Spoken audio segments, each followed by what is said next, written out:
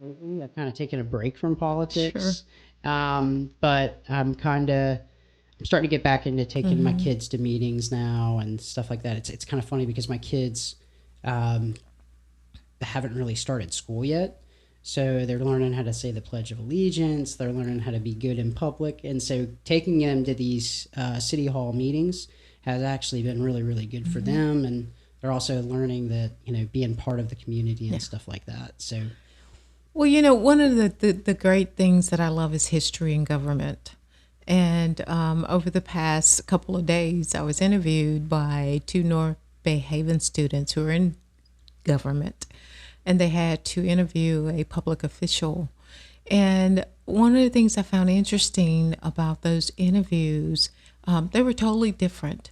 One asked about the everyday workings of a city and what do you do, and then the other one wanted to know kind of my background. Where was I raised, and what made me go into to government. And one of my answers was, this is a public servant job, and with the emphasis being on servant, and you have to come into this knowing that you're going to serve people. Not all people are going to like what you do or you say, but that doesn't stop you from being a public servant. And that's working in any local government, because local government is really at the heart of government, because we're here with our people, listening to their problems, trying to change things. And so at the city, one of our top priorities is having great customer service. We really preach that throughout our city, that residents need us to help them move forward in whatever it is they need in terms of services. And so when we look around and we start talking and thinking about the vision of the city for the future, that is where we should be so more engaged as a city, and then as city staff. And that's one of the ways we focused on really helping the city move forward. As you look around the city now, you see a lot of projects that are going on.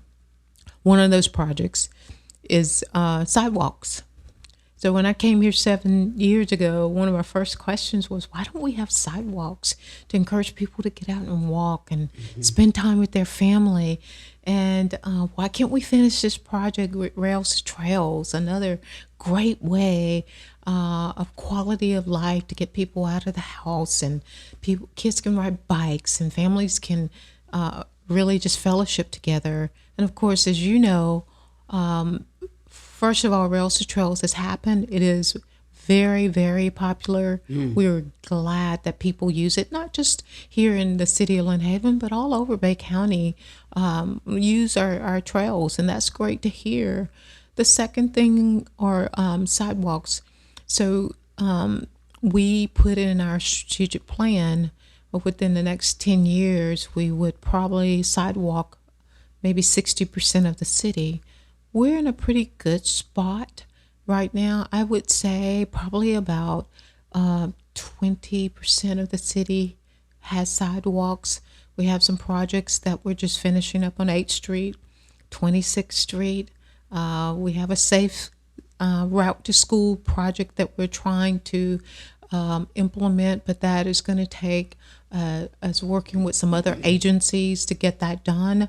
Because as you know, the city could and has been a very walkable city.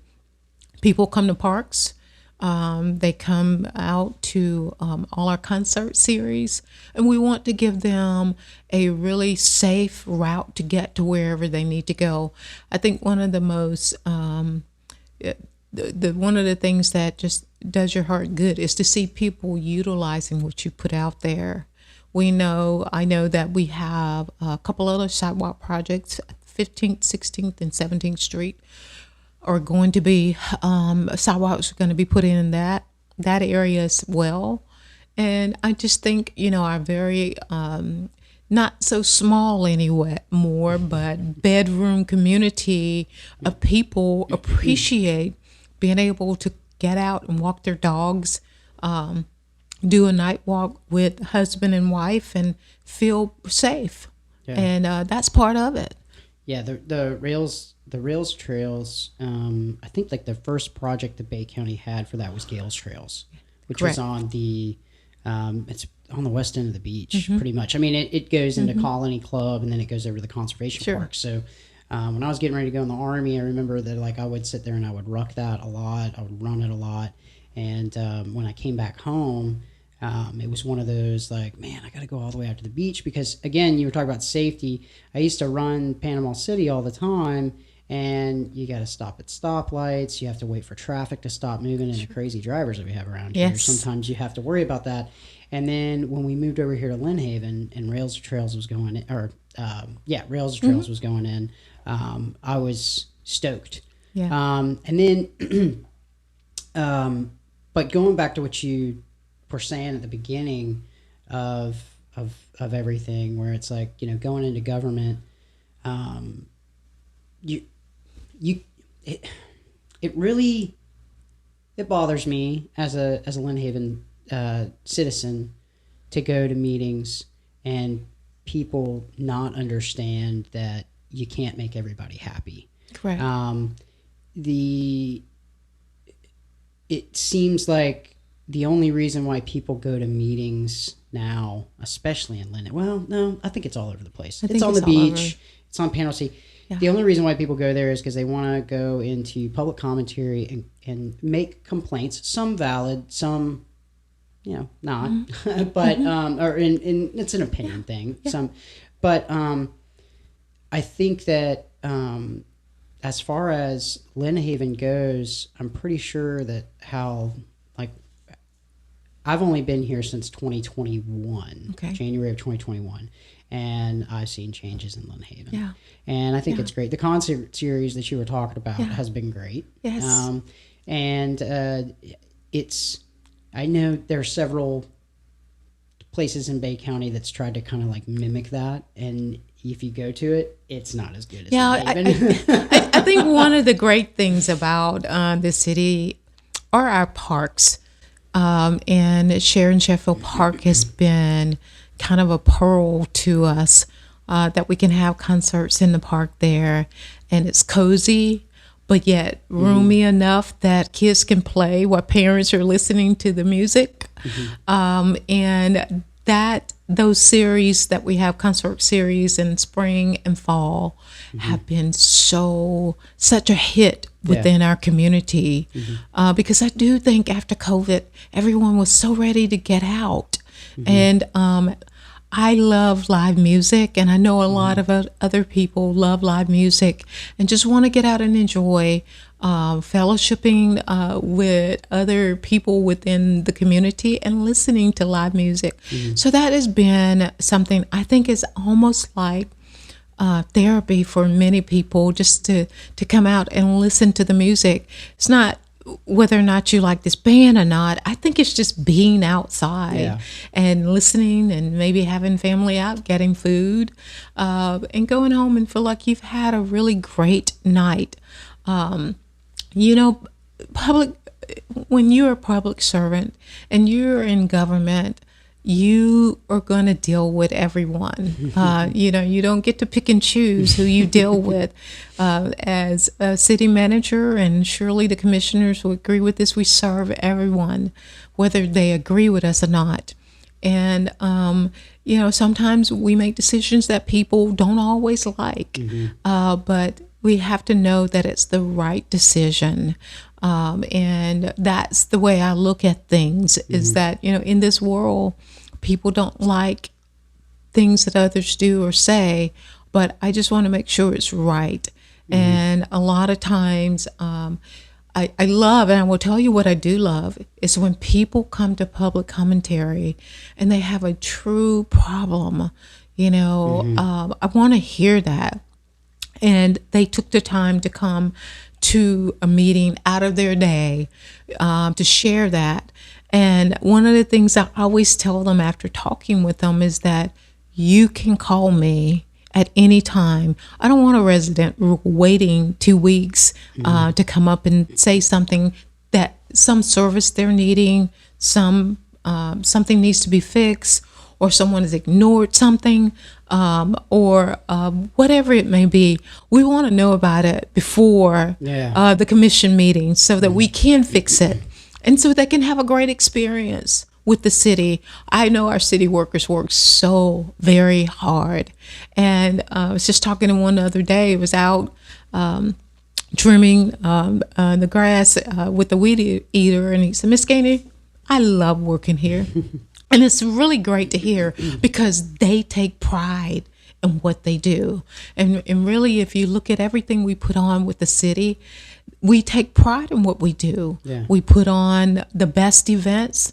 Our events have gotten larger. Many people attend them. And I think it's important that the citizens feel like that, they're getting something in return, because we are doing this to give them a better quality of life. And that means that you have to do, just besides your services, water, sewer, roads, streets, sanitation, you still have to give your citizens something that they feel like, this is a great town that I live in. And I will tell you, most of the time when I'm out, that is what I hear. Yeah. So you don't always hear it inside the building, but boy, when you go out, you really do, because I can be very honest that people are proud of where they live, and they should be. Yeah, it was kind of like and I've said this before. I know Alan Branch and I just had a conversation about it the other day. So I grew up in St. Andrews, and I grew up one street over from Mound Avenue. So I was St. Andrews was rough when I was growing up, especially downtown St. Andrews. It is nothing what it is today. They've done a lot. They've done a lot there. But I remember one of the things where, Lynn Haven kind of held the standard when I was growing up, where my mom and dad really wanted to move to Lynn Haven. And doors just really weren't able to open up for them to move over here. And so that was kind of like the benchmark to success, was like living in Lynn Haven on this side of the bridge. That is, where you want to be. Correct. And so when, me and my wife moved back with my daughter, and we were looking at homes, we were fortunate enough to, be able to go through the VA to get a home loan and everything like that. And so we did not look at not one home that was outside of Lynn Haven city limits. Wow. Because when I was growing up, this was like when my parents would talk about moving, and they would talk about this is where they wanted to be, and that's how I had it in my mind. And it is. I mean, you got Mosley, you got Bay Haven, great schools. Lynn Haven Elementary, I hear, great is great. Schools. Yes, great schools here in Lynn Haven. And then on top of that, when we did first move back, we did live in Panama City because that's where our townhouse was. And you talked about customer service a little bit.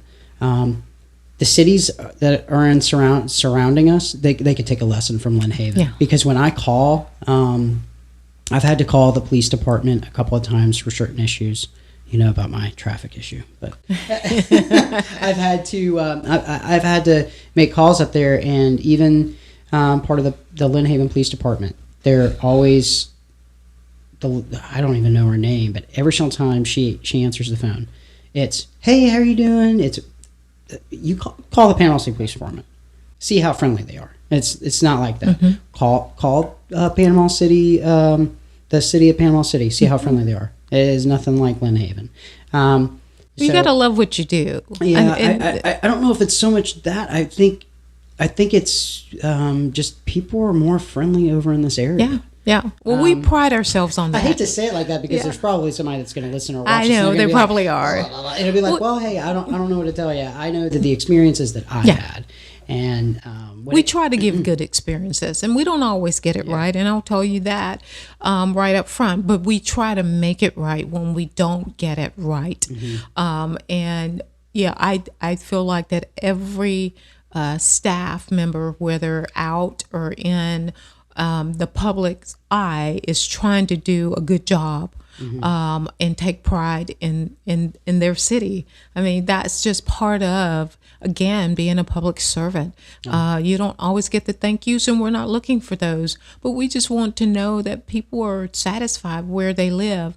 I had it was a gentleman who about 3 weeks ago just moved here in Lynn Haven, and he almost said the same identical thing you said, that he was looking here, and he asked someone, where would you move if you were coming here, and someone told him check out our area, and sure enough, he found a home here, and he's moved here in the city of Lynn Haven. So I think it's a combination of things. Is that you got to plan for the future.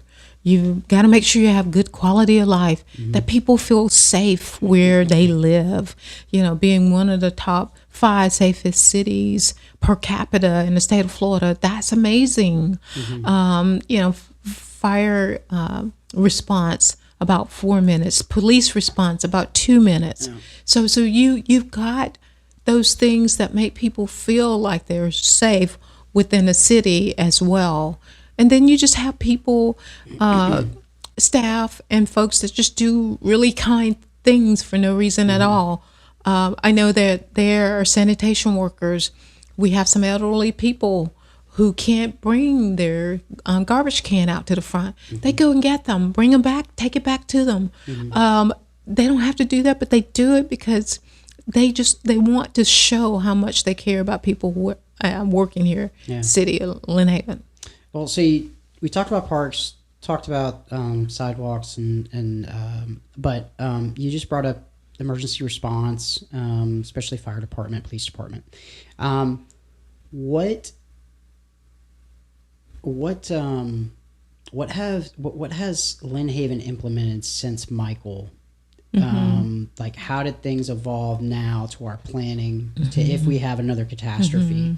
Do we have any new plans that are in the works, and things like that? I think somebody said City Hall is good enough to be a shelter. Absolutely. Yes, for staff. So we learned a lot from Hurricane Michael. And that was one of the reasons when I started with the architects to rebuilding City Hall, we had to have somewhere safe. And so City Hall can withstand 200-mile-per-hour winds. That means that when a storm is coming our way, we just don't start planning the day before the storm. If we have hint that a storm is coming our way, we start our emergency management meetings internally until the storm passes. So one of the things we do now, if it's coming this way, leadership staff, including both chiefs, everyone that are essential workers, we actually spend the night at City Hall. So we can be readily available the next day to tackle anything that has happened. One of the challenges we saw with Hurricane Michael is that people couldn't get back in, or they didn't feel safe in a place to stay, or they didn't feel like their family was going to be safe and where they were living. So now many people will send their families on their way, and then we come and stay and ride through it, planning, keeping people updated, watching the weather, and being prepared, having all those things that we didn't have before with Hurricane Michael, being able to plan meals. Just this past storm that came that we thought was coming this way, and it was probably about 75 of us, including police and fire, and then administrative folks. We knew we were in for a long haul, and so we were able to utilize the kitchen to feed all emergency workers coming in and out, people, some of the public works and parks and grounds folks that were checking some of those areas before it got really, really bad. And so now, we have emergency plan in place, and, you can plan really, really great and hard. That doesn't mean you're not going to have some bumps in the road, or some things will happen, but surely we're planning enough that we can be in a central location, have a command center in City Hall without essential people being scattered to and fro without being able to get and communicate. And you guys really didn't have that before. No, we did not. Yeah. So No. that's some more, and again, that's public safety. Yes. It's a huge deal. Yes. So one of the other things that I kind of wanted to jump to, because I've talked to several people, just like social media has evolved over the years, so does government somewhat. We see a lot of, especially with Lynn Haven, there's a lot of positive things that are going on in the city Yes. that I think are missed, and with some of the information that's been let out through social media platforms, vlogs, pages on Facebook, and things of that nature. There's been a lot of information where it seems like 25 to 30% gets out there, and then there's about 75 to 80% that's like never brought up. And so one of the things that I've talked about with several officials from multiple cities has been, everybody, the false information is on the rise. But I had an idea, and I kind of wanted to get your thoughts on it. How do you think like the city of Lynn Haven could do better to be able to break through and make sure that people are getting 100% of the information that goes on about things? So it has evolved. 10 years ago, local government didn't have to deal with social media or disinformation or misinformation, but now they do. And this is in every city, and every city manager that I talk to, they still have to deal with those issues. One of the things that, we do is we try to post positive things and then answer a lot of those questions online. I could have a full-time person do nothing but answering social media, and that probably would not be enough. And it's probably not the best use of taxpayers' dollars. And so some of those things that are out there, we just have a great group of residents, and I would probably say 99% of the residents they know what's going on, they're happy with what's going on, and you may have a few that may jump on a bandwagon or something. That's not true. I love when residents call me and ask me, what about this information? I just heard that. I do that all the time. And I love it because I am willing to answer those questions. And so we ask, if there's something that's floating around out there, call us and ask us. We'll surely give you the information that you need. I don't think that any city will be able to totally just stamp out all the misinformation that's out there. And so you just have to shadow it with the good things that are going on, and let people see those good things that are going on within the city. I think social media has, again, evolved, and it has created somewhat of a hate in our society. That's kind of sad. Because people can hate you from just what's been posted online and never meet you. And so that's part of our society that we're having to deal with now. And so, my staff they're just really good about ignoring those things, but things that need to be addressed, they will contact someone and say, hey, this is the right information. Or many residents contact me and ask me to clarify things. And so I think as long as we have an open door, a way to contact us, I think that's the one way we can do it. But I will tell you, when I became city manager, the only way that the city was really communicating through to residents was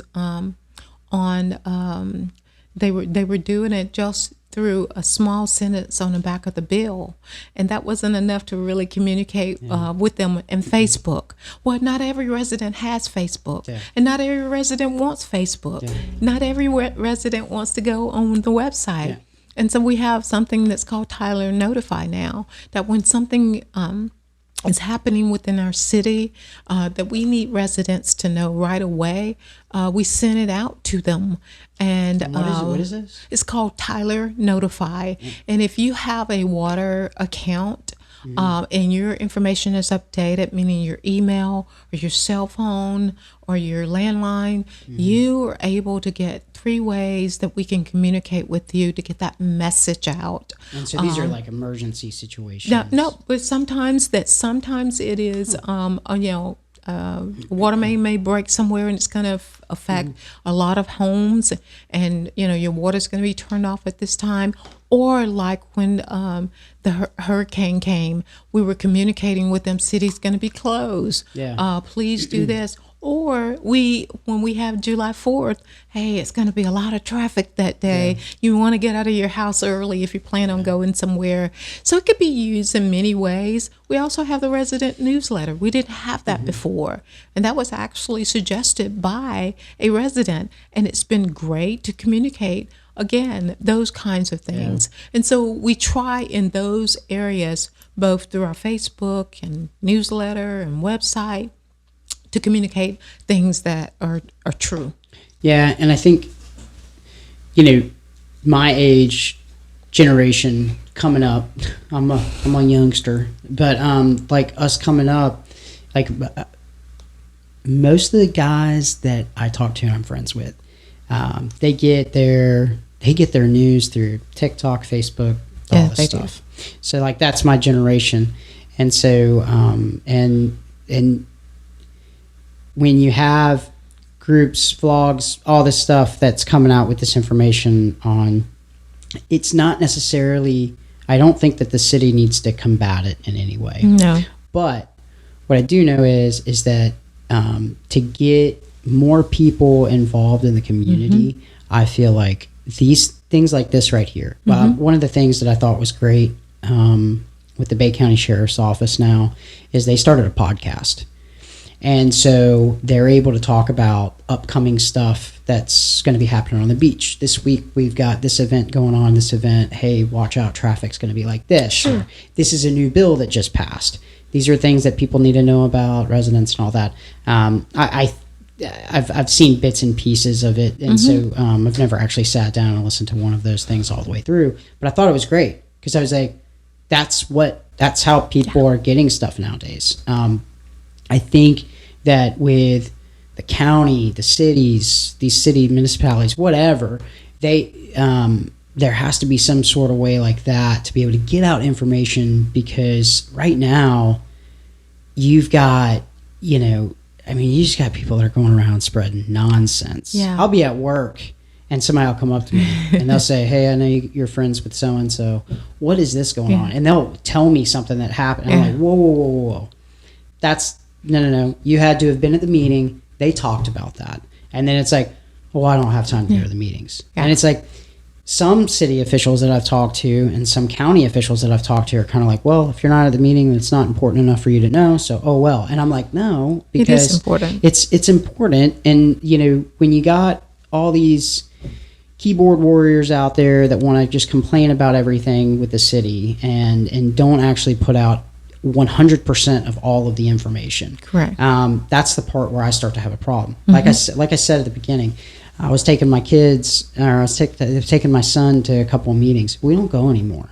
And one of the reasons why we don't go is because public commentary has become a freaking circus. First of all, I don't want to go and spend an hour and a half of my time hearing the same issue come up over and over and over and over again. And it's like, whether or not I agree with the commission and how they handle situations, whether or not I agree with the mayor, whether or not I agree with you, it doesn't matter when it does. But what I mean by that is when you whip that horse, people are working, people are doing their job, and there ain't no secret mafia society around Correct. here that's running everything. You know, I mean, yes, you've got influential people in the community that are able to have that, but normally those people are on the other side. And so which is even funnier.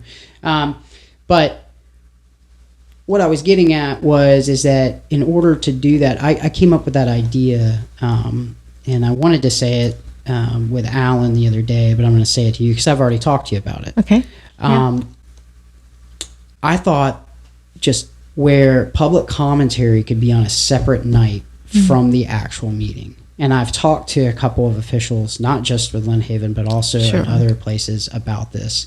And some of them were like they were kind of like, and I said, you know, public commentary is public commentary. And then on top of it being public commentary on those separate nights, don't publicize it. Don't put it online.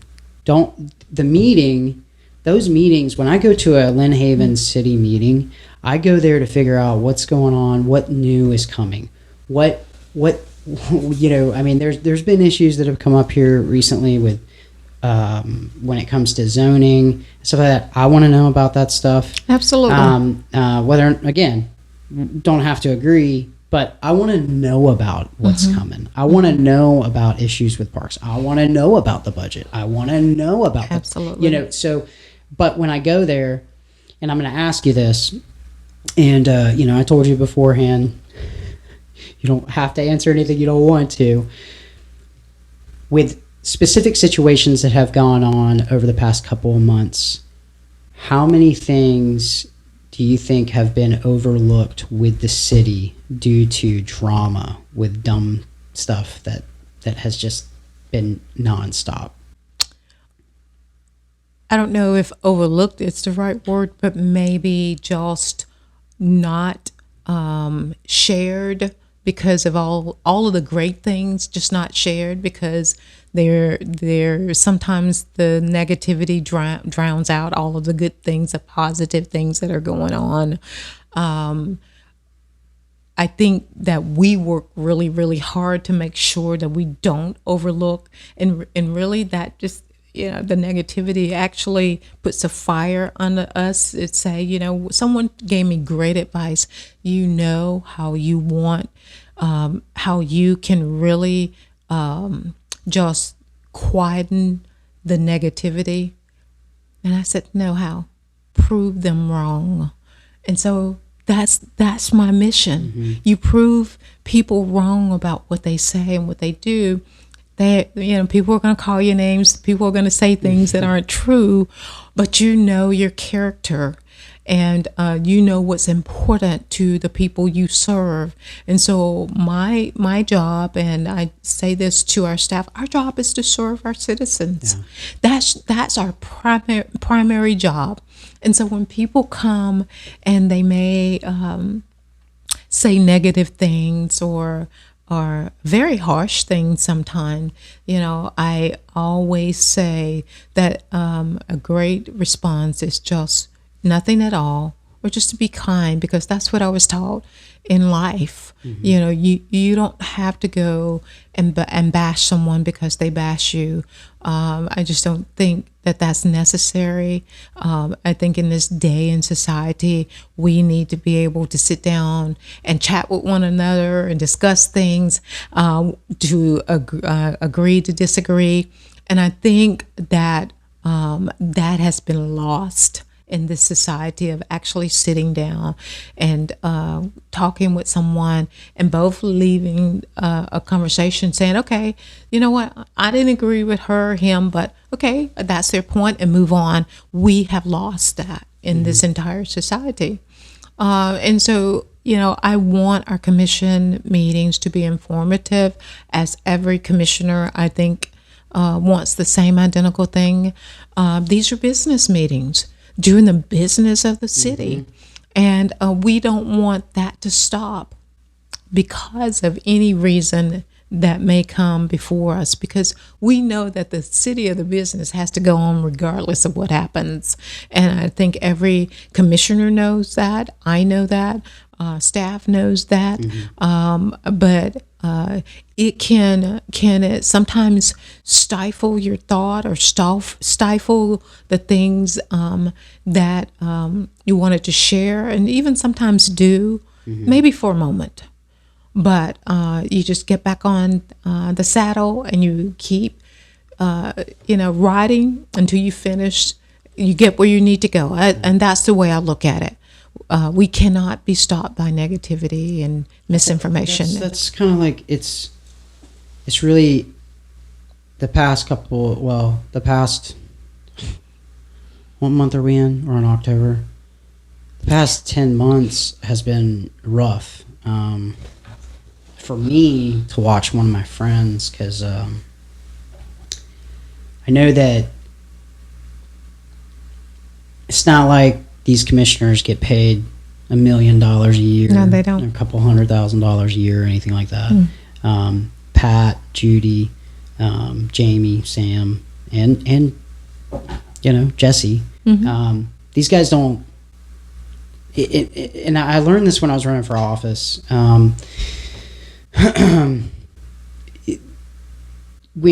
When you're in a position that they're in, and I've never sat in that position, but watching my friend go through this stuff, and I sit there and I look at him and be like, dude, why are you doing this? Like, you've got so many better things to do with your time than to do this. Don't run again. Stay out of it. And man, I was over at his house one morning and we went for a run, and he looked at me and he said, this is my home, and I want to help my home. And I want to be there for the people of the city, and I want to help.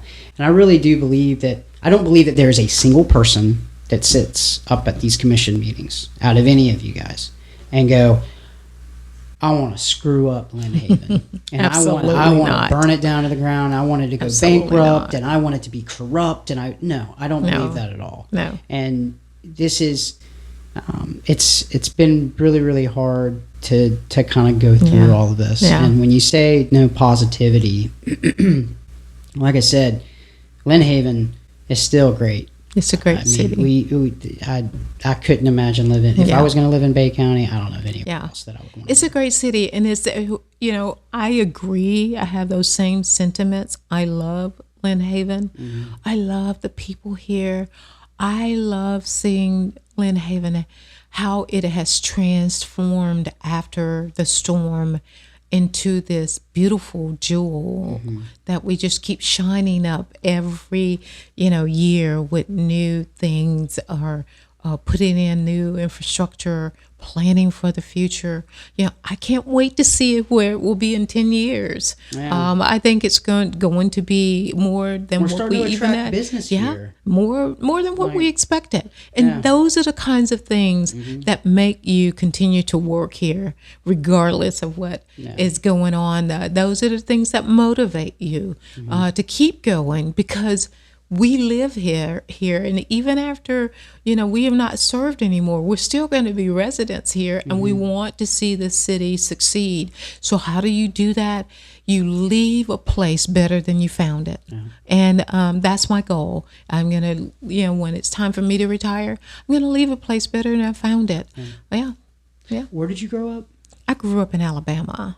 What part of Alabama? So I am from the Shelby County area near Birmingham. Okay. I was born in Birmingham, and then I went to school at the University of Montevallo. I got my BS there, and then, of course, I got my master's from Florida State University. Oh. Yeah.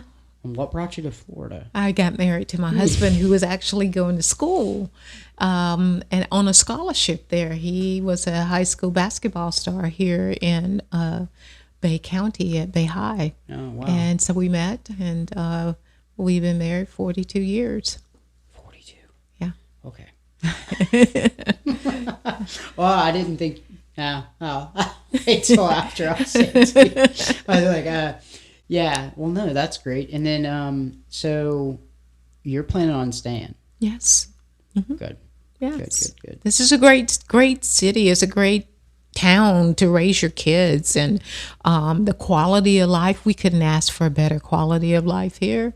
And our whole job is to build off whatever has been left to us, to build it up, and the next administration that comes in, build it up and keep going. And so, part of our job now is to put all the things in place for the next generation of people to continue to build. Okay. And so just because a lot of listeners don't know, because you might surprise me, but what are all of the duties and responsibilities of a city manager? Because I think you wear like a million hats. Yeah. So I got asked that question by both North Bay Haven students, and they were probably amazed. And so we have about 200 staff, all staff ultimately reports to me. I have about 14 department heads that report directly to me. It is my job to ensure that policy is carried out when the commission passes it. It is my job to bring policy to them, something that is affecting the city that we need to change in some form or fashion. I attend a lot of meetings. I meet with a lot of residents. All of the contractors and engineers, definitely have to meet with them. I put together a strategic plan, and we update that plan like every year to make sure that we're on track for that. Planning, emergency management, that is a very big part of it. My job is to look at the city and see what it needs. Developing relationships with all of our schools here. We have great relationships with every single one of our schools here. Meeting with HOAs, looking at the budget, and that's a huge part of it. We have a deputy finance director, but ultimately the budget has to really be my final approval before it goes to commission. So there's a lot of work involved with that as well, managing that budget and making sure that all department heads are doing what they need to be doing, following the charter, ensuring that all of the minutes and all of the duties of having all the clerk duties in place. So everything, I am 24/7. On the weekend, at night. Yeah. That's just, it's all the time. Yeah. So, that's just the way it is as a city manager. You are at the helm of a job that has many moving parts to it. Mm-hmm. Infrastructure, fire, police, streets, parks and grounds, grants, bidding, all of that is part of just overseeing and making sure that it's done right. Yeah, and it sounds pretty grueling. So, what are some of the things though that are what? I can't ask you what's under wraps, like what's coming out new because I know whatever, but what are some things that you're wanting to see better with the city? Yeah. So I want to see, us grow our small businesses. That's one of the areas I really like for us to focus on. We do have some things that are undercover right now in a good way of people businesses that may be moving here. My vision and my dream is to see Florida Avenue revitalized. We have that grant, that $4.3 million grant. I want to see that come to fruition. It's been taking a very long time when you work with two agencies. How long has that been going on? Oh my gosh, it's been going on since 2020, I want to say.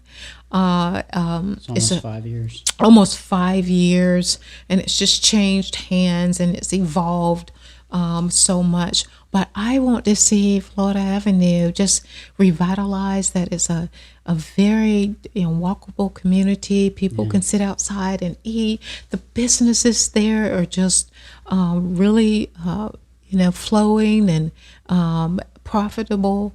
That people want to hang out there. So I think we have the opportunity to do that with this grant. Well, that was one of the things that was kind of interesting. So my wife has always had like a mommy and me group, and so she like headed one up for a while, and so all of the girls that were in this group used to come and meet here in the morning time, and then they would go over to splash pads when y'all had both open, and then it was like there was only what here and Frank Brown that had that. And so we were bringing a lot of people over here. I wish there could have been a way for us to have actually made some revenue off of the people that were using our stuff, because I think they still do. Yeah, we get a lot of people from other parts of the county, and they're not residents of Lynn Haven. And I feel like they should have to pay if they're going to come here for those types of things. Seeing things like that, or we're not picking up necessarily. Actually, the joke. What is it? I was told the other day by one of my buddies, who was like, just to let you know, taxes are going up by $30 next year. And I was like, it's worth it. Like living in Lynn Haven, it'll be good. But Florida Avenue, we want to see that just thrive. There's some great businesses that are on Florida Avenue. Once we finish that project, you're gonna have new lighting and kind of a streetscape look. And I'm hoping that people will see that difference on Florida Avenue, and just want to, up their game, and maybe new businesses come in to Florida Avenue. No, we've seen several, like even over the past year, we've seen some businesses come into Lynn Haven. We have. Man, we just got a Diego's. I'm so happy about that. But anyway, seems to be doing really well. Yeah, well, you also had a lot of people that were going from Callaway over to the beach for that. You had people that were going from Panama City over there. Now they don't have to go to the bridge, and they can come to Lynn Haven. It was a very popular place. I thought it was great that they came over here. But so. As far as the future, Florida Avenue, and as you said, that was a $4.8 million $4.3 million grant. 4.3. Yep. And then we went over parks and rec, basically, and we've grown. I think we have grown our parks and rec. We've grown our sports and recreation as well. To just astronomical number. That new sports complex is great. It's we actually had a tour from the city of Marianna last week, wanting to look at our gym and the entire sports park. It has truly just transformed into something that I imagine, but it continues to grow. We are excited about how excited people are about our sports complex. I think that is a very big part of why people live here. And then lastly, we've got to put some infrastructure in place. We've got to put infrastructure in place, new pipings, all of these old pipes, they're everywhere. Look at our sewer plant for the future. And then ensure that we can handle all of this growth that's getting ready to take place. I'm happy that you're moving in a different direction. I'm happy that everybody is staying kind of positive about stuff. Sure. So, man, that's great. Thank you for coming on. Thank you so very much. I enjoyed it.